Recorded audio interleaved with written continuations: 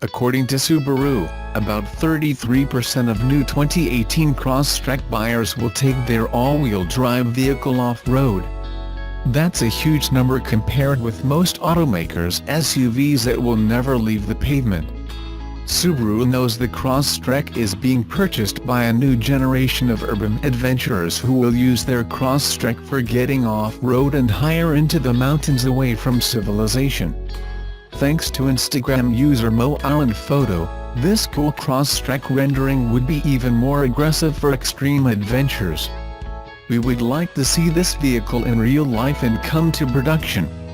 Subaru would likely sell a ton of the custom machines. The new generation 2018 Subaru Crosstrek comes with a new feature that upgrades its already impressive off-road capability. Crosstrek now comes standard with X mode for urban adventurers. Up until now, Crosstrek has mainly been used for commuting and weekend adventures like getting to the trailhead for hiking, mountain biking and transportation to the ski slope. But not so anymore. A new generation who lead active lifestyles will use the new second-generation CUV for extreme sports in the mountains. These Crosstrek owners won't be sitting on the couch watching it on TV. They will use the small crossover to enjoy extreme winter sports in the mountains around the globe for skiing, snowboarding and snowmobiling. They will also use the newly redesigned vehicle for summer sporting activities like hiking a 14er, extreme mountain biking, high country trail running and backcountry fishing trips. Subaru knows that 33% of 2018 Subaru Crosstrek owners will use X mode, and this new generation of adventurer seekers will encounter unpaved backcountry roads that are slippery and uneven. The Crosstrek's X mode will now get them higher into the mountains and away from civilization. Don't look for Subaru Corporation to ever build a production model like the renderings here. When I first glanced at the rearview mirror of the 2016 Subaru WRX STI, I wondered what the hell was following me so closely. It takes a while to get used to the massive wing fixed to the rear of this little speed demon.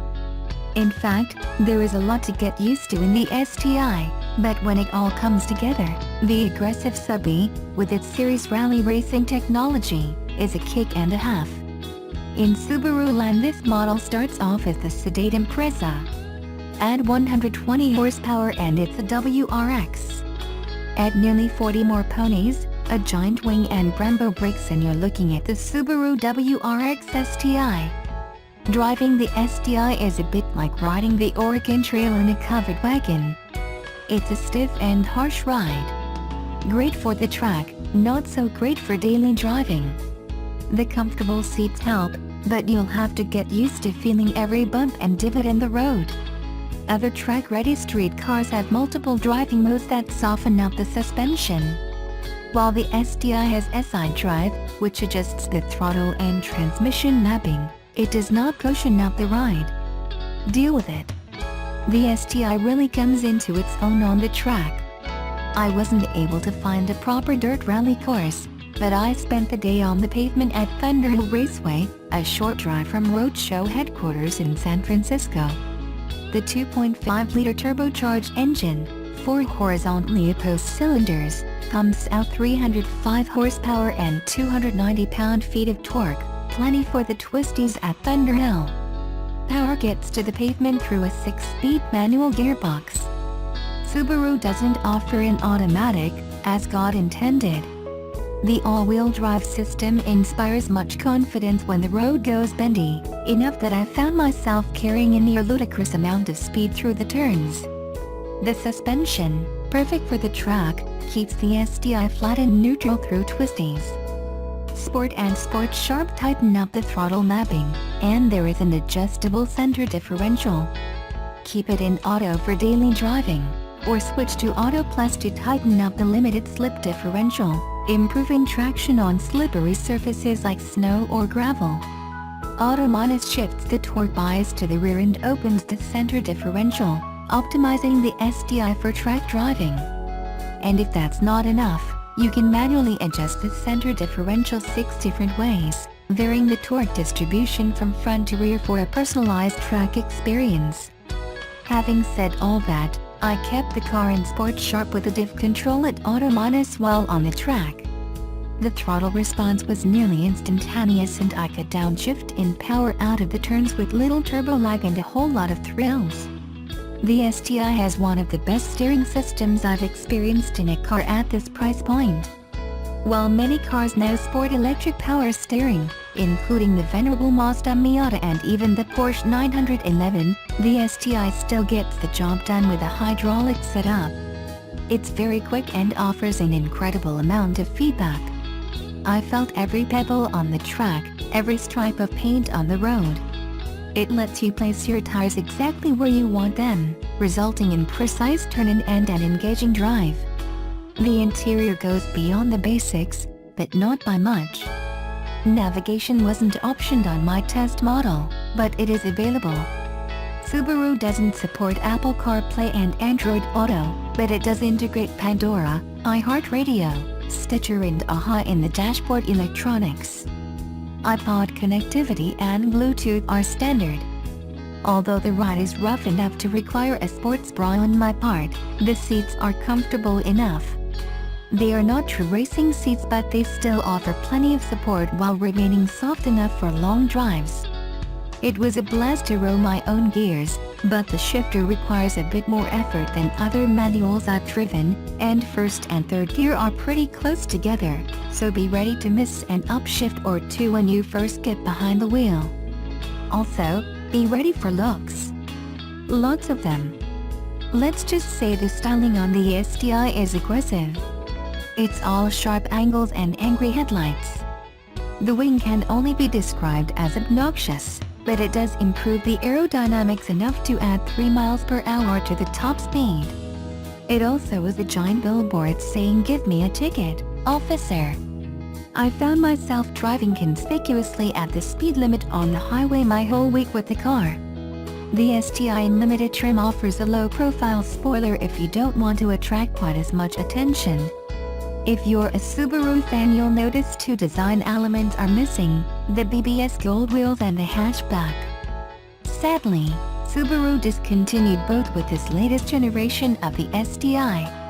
America is sadly lacking in 5-door screen machines, and it's a shame Subaru is contributing to the death of the hatch. Having said that, the competition is heating up with hot hatch production. Ford is finally bringing the Focus RS to America, which offers an easier ride on the street and more power and torque to boot. Looking toward Europe, the Volkswagen Golf R with the optional DSG gearbox may be your bag if you refuse to learn to drive stick. Not yet in production is the Civic Type R, which will more than likely sell like hotcakes when it arrives in the States. The 2016 Subaru WRX STI can be at for $35,490 including destination charges, blind spot detection and rear cross-traffic alerts, as well as adaptive cruise control, lane departure warning and pre-collision braking are all part of a $2,600 option package not included on my test car. The STI is a fun little sports sedan as long as you can handle the harsh ride and the feeling of being followed by a very large wing indeed. Nissan's official shot comes after images of the full car were leaked onto the internet by a Twitter user in a Nissan Ipama factory in Japan, where production of the car will be handled. The car's design appears to be inspired by the Micra, as shown by sightings of development cars, with sharper lines on the body and a more aggressively stooped nose.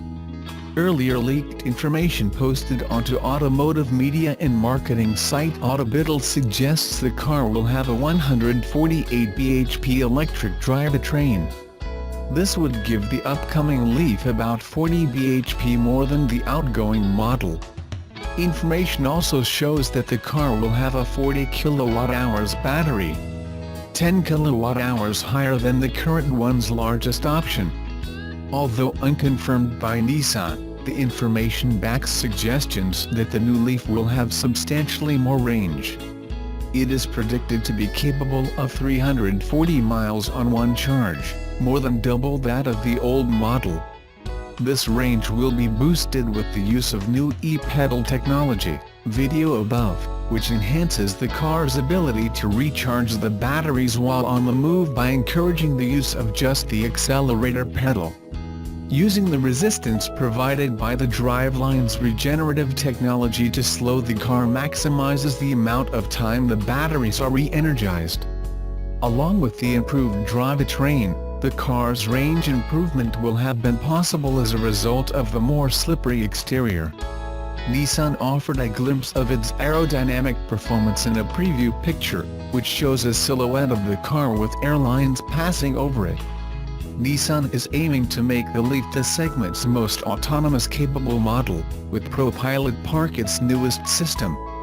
Using sonars and cameras, the car will be able to park itself in parallel, angled, front or straight back in parking spots, handling throttle, braking and steering input. This park assist system will come as part of the car's ProPilot technology, which also includes a single-lane semi-autonomous feature.